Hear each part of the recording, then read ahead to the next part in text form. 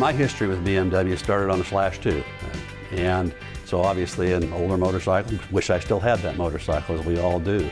And I think those of us who have been riding for several years think back to all those generations of different motorcycles we've owned, and some of our members still have the very first motorcycle first BMW they ever bought. We have a great history of the foundation and the MOA, and an archive and museum would allow us to tell that story.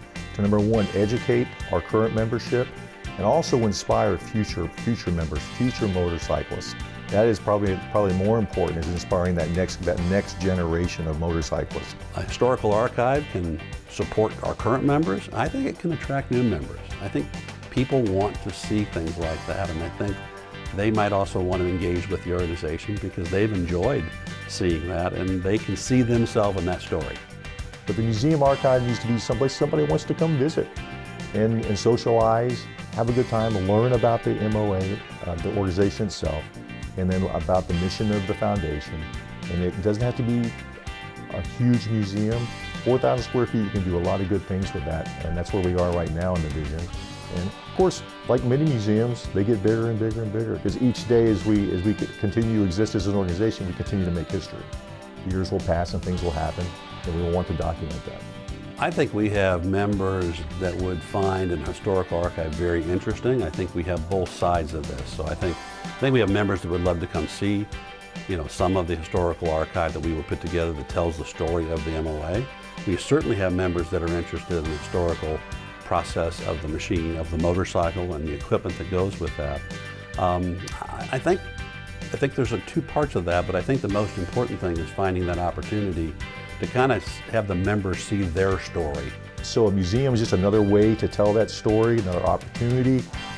Greenville, and the fact that we're located close to the BMW campus, about 5 miles north of here, it really is a great place to come, especially for motorcyclists of all shapes and sizes and brands, because some of the best motorcycle riding in this country is about an hour north of here.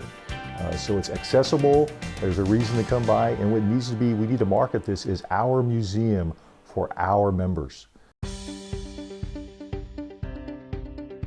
I retired as executive director in 2019 from the BMW MOA, and of course when you go through the retirement process, you're always thinking about what your next steps are. And I certainly didn't want to totally back away from the organization. So the opportunity to kind of work hand in hand with some of the folks on the foundation, some new, some haven't been there a long time, some working to tell our story and to kind of do it. I was very fortunate that I was a member, started in '85, so I've got a little history, and that helps moving into telling that story, I think, a little bit. So my passion is really more about what can I now give back to the club, relatively speaking. What can I do as both a member and maybe a former employee and as executive director. Of course, I think when you're a part of an organization at that level, you really want to see things continue, and I certainly have that passion to want to volunteer my time to work, to do what I can do to move the project forward and help the foundation. Well, it all started out with a relationship with it when I was the executive director, developed a relationship with Frank Paddock, who's the executive director of the BMW Car Club of America. And they were looking to develop this property down here. And he approached me and talked about developing an owner's campus for BMW and for BMW motorcycle and car owners.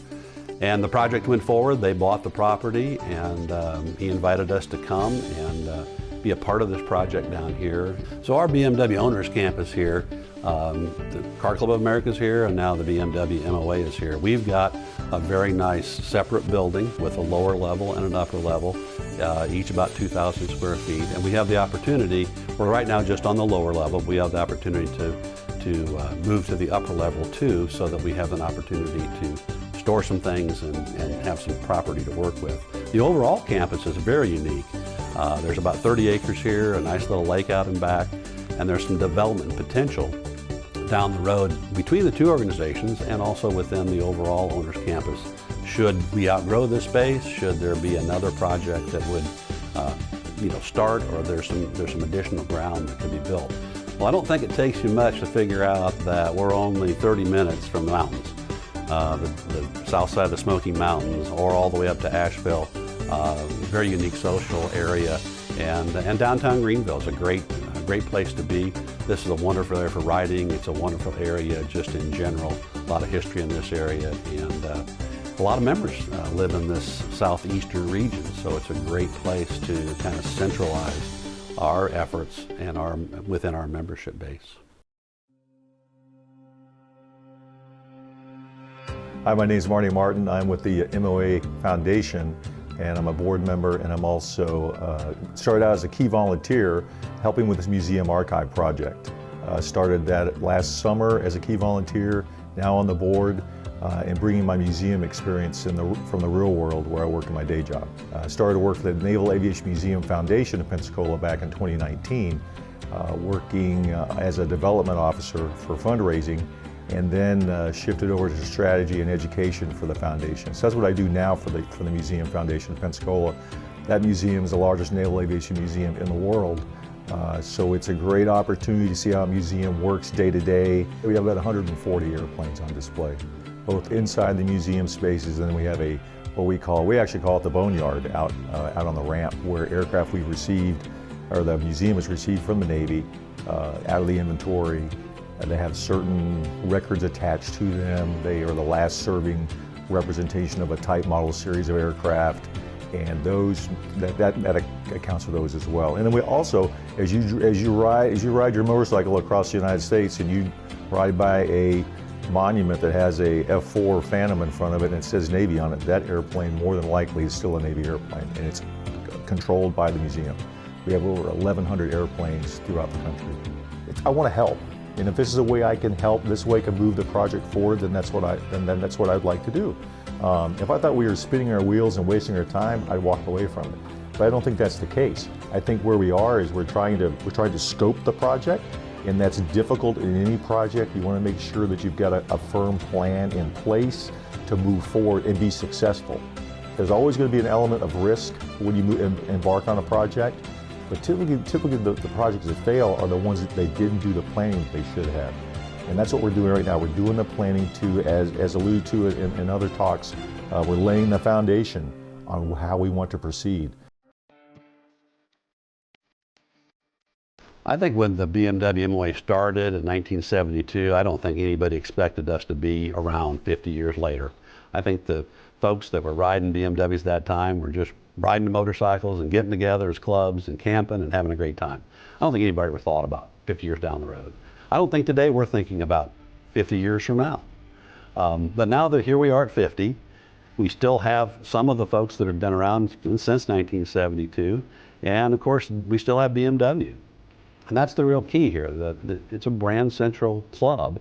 And so because BMW is coming up on their 100th history of BMW motorcycles, and we're coming up on our 50th, this is our 50th year, and 2023 will be their 100th year. It's kind of a natural thing to think about, how do we fit in at that 50-year mark when they're turning 100? So the calendar kind of lines up in a very neat way. And then this project comes as an opportunity within our foundation as part of their mission to preserve the heritage of the club and BMW motorcycles. So there's nothing here that doesn't fit, and it's just a kind of a unique time to maybe take a shot at this. I think when you think about club life in 1972, I think in fact it's exactly the same as it is today. I think people get together, they talk about what they're passionate about. A lot of it centers around the motorcycle, but a lot of it centers around traveling and touring. Our club has always been a club that's traveled around the country and sightseeing and doing those kind of things. I don't think that's any different than it is today. I think the technology is different. I think how we connect is entirely different. We've got archives here that go back to the very first newsletter when the club was started. In fact, I just opened those up the other day, and they are talking about the very same things. They're talking about the relationship with BMW. They're talking about the relationship to the members.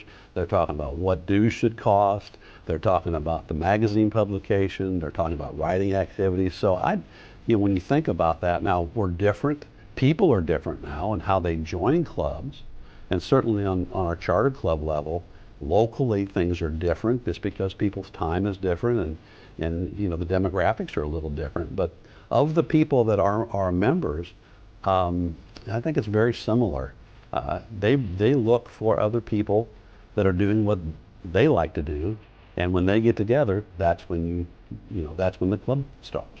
I believe we do need a physical presence because it's you make your visit. It's part of the destination. It's part of the trip. Whether it's the only place we're going to go is Greer, South Carolina to see the museum, or maybe we're going to go to Daytona to some other motorcycle-related activity. We're going to stop there. It's nice to have a place to stop. It's nice to see something, get out, walk around, and see things. There's a lot to be said for getting out and interacting with people as opposed to being scope locked on an iPad or an iPhone.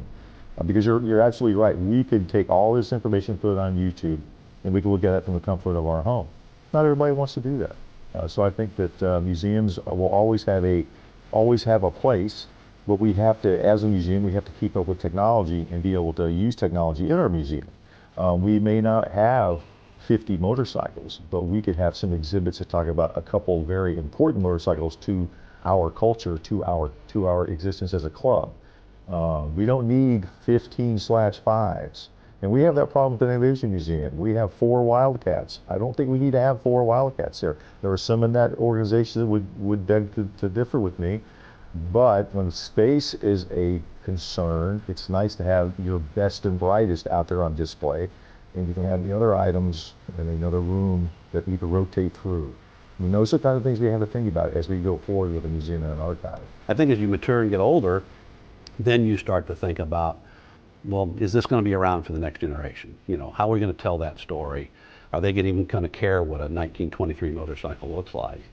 And that's when you suddenly, think about, gosh, what's our opportunity? Is there something we can do to not only feature the motorcycle, but feature the story of the BMW MOA as we turn 50 years old this year, having started in 1972. I think the other thing I'd like to see is not only an item, right, whether it be a jacket or a boot or whatever, but the person that wore it. Here's a picture of that person or that picture of that person riding. I think those are the things that people find interesting. When you think about pictures of the National Rally, they like pictures of people. What did the people look like? What did we look like back in 1972? And I think as we think about that going forward, we look a lot different today. The riding gear was different. Everything was different. Safety was different, of course. And I think those things, as you think about that history, those become very interesting things to kind of look back on and to see what we were like, as young riders back then.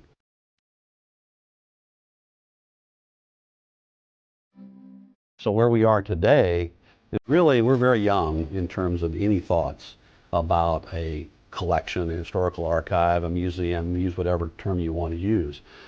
But that discussion has to start somewhere, and then we have to put it on the table to talk about it and see where it can go. And I think that's kind of where we are today.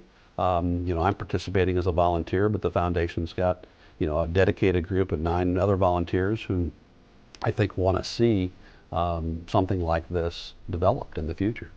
Well, when I think about our foundation for the BMW MOA Foundation being a fairly young foundation, really, in terms of its current development, I think the fact that it's even thinking about working with an historical archive while it's also doing its other efforts, I think is pretty unique. If I were to look at it now, I think it's just we just haven't even turned the tap on yet. I think there's a flood coming. There's a flood coming once we do open that up, and once we do have the opportunity to engage with our members. So I don't even think we're starting to fill the glass yet. I think that there's a piece coming there, and it may be more than what they expect. It may be something that it's kind of like, okay, now what do I do with this? I think our foundation board as a group is very supportive of the concept of an historical archive. I think they have a lot of questions, and as they should.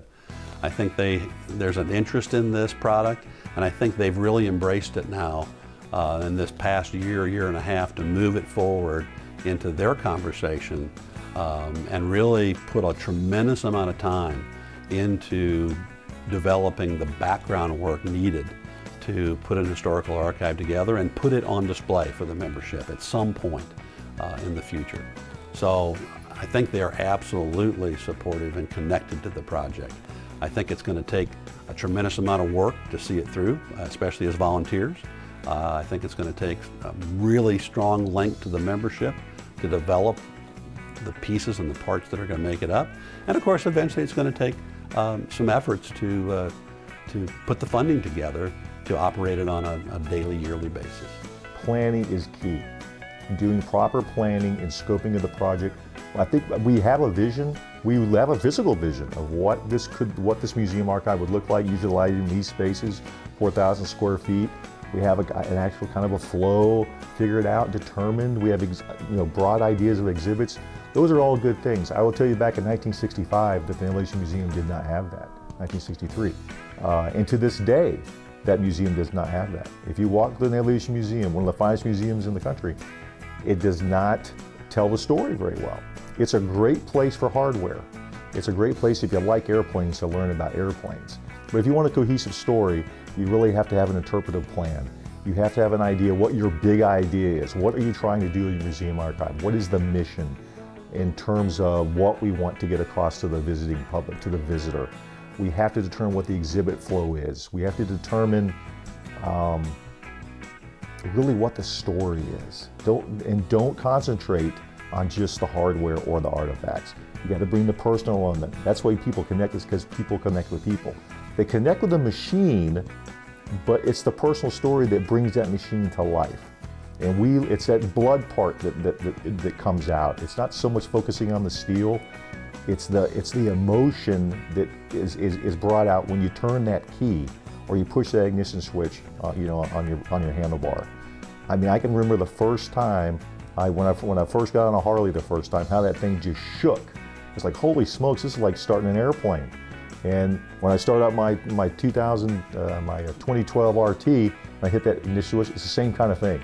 The machine has a soul, so I can connect with it. But you want people that come here to hear that story, so they say, yeah, that's exactly how I feel when I start my RT up, or whatever it is. That's exactly the way I feel when I'm coming into a corner. I get that same exact sensation. So they can say, it's not just me. The foundation has put a timeline together to look at this project, and I think we have to think about this in the long term. I don't think it's going to happen in the next 2 months. We have a unique opportunity in the fact that 2023, as we talked about, as the 100th anniversary of BMW motorcycles, and certainly, there could be something around that 100th and certainly around our 50th, but you have to think longer term, I think, with a project like this. In my tenure for the future, going forward in my position, working on the board in this capacity, I really like to see us get the plan in place to move further, other than just, as we say sometimes back in my other job in the daytime, it's just aspirational.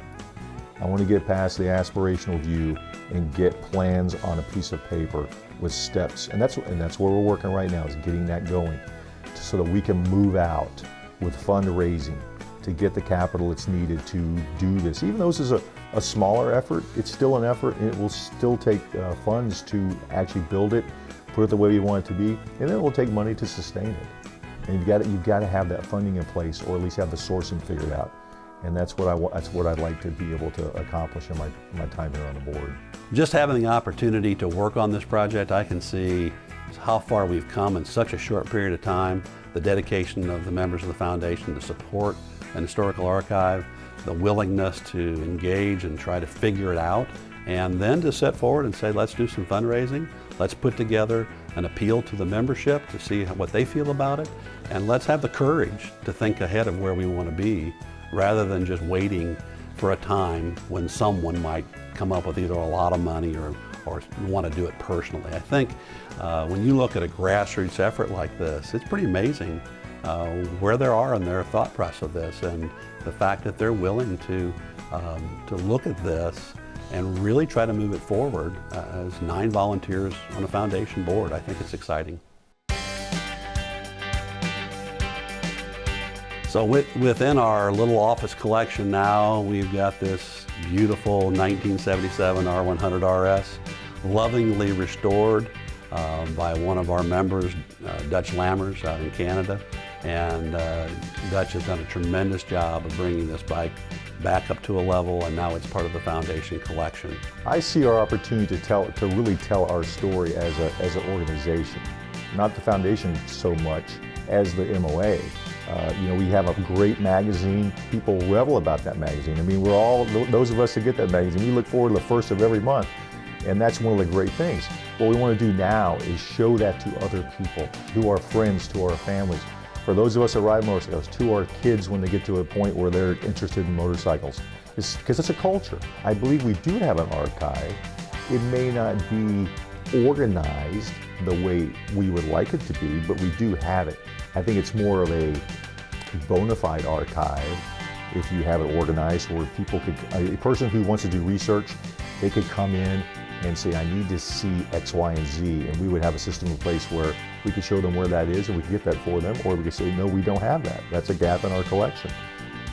But we do have papers. We have, we have the first board minutes from the first board meeting. If we have collections like that, that is an archive. It's just not well organized. Does that mean it's not an archive? No, it's like you have a house. Is it organized or not?